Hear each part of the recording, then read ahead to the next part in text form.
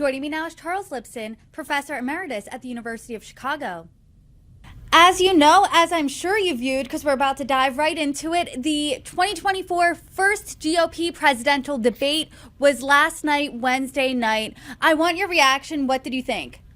Part of it was a little bit like the pie fight at Animal House, but I thought that several people did pretty well. I thought almost everybody did well except Vivek Ramaswamy. I can talk about him a little bit. I thought that Chris Christie did what he has done well throughout the campaign season, which is essentially tell you why he thought Trump shouldn't be president. It was a lot less about why Chris Christie should be president, although I thought he made a good point in saying, look, I've been elected in a blue state. I thought Bargum, the governor of North Dakota, did a good job, although he didn't get a lot of time. And I thought the real winner in a lot of ways was Nikki Haley. I thought that she was strong without being vituperative. And I think I think she makes a very good case when she argues I could actually be elected.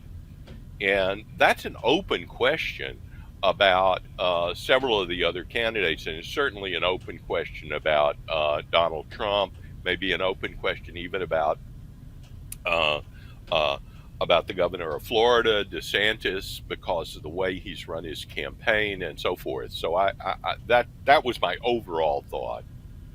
I would love to dive a little bit deeper in there. You said the winner you thought was Nikki Haley, and you thought Vivek Ramaswamy didn't do as well. So I'm assuming you think he was the loser of last night?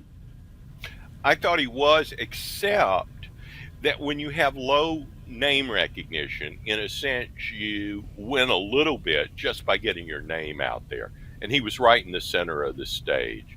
But I thought he was like that student in the second grade who keeps raising his hand constantly and irritating everybody else. But he also has a number of truly dreadful ideas. And I thought, for example, the way he attacked Nikki Haley as saying she wanted to be on the board of Boeing or whatever other defense contractor it was kind of what I find offensive about a lot of the political attacks in America, including a lot of attacks by Donald Trump, which is that they're personal attacks.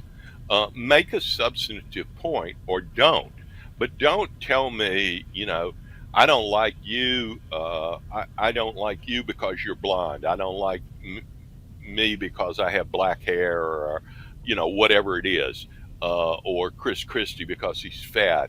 I mean, it just is irrelevant. It's not irrelevant to talk about Joe Biden's cognitive problems. It's not irrelevant, as some said, it's quite relevant to talk about the fiasco in Afghanistan, which a lot of people have forgotten and which had a big impact and so forth. But I don't like the sort of contentless personal attacks.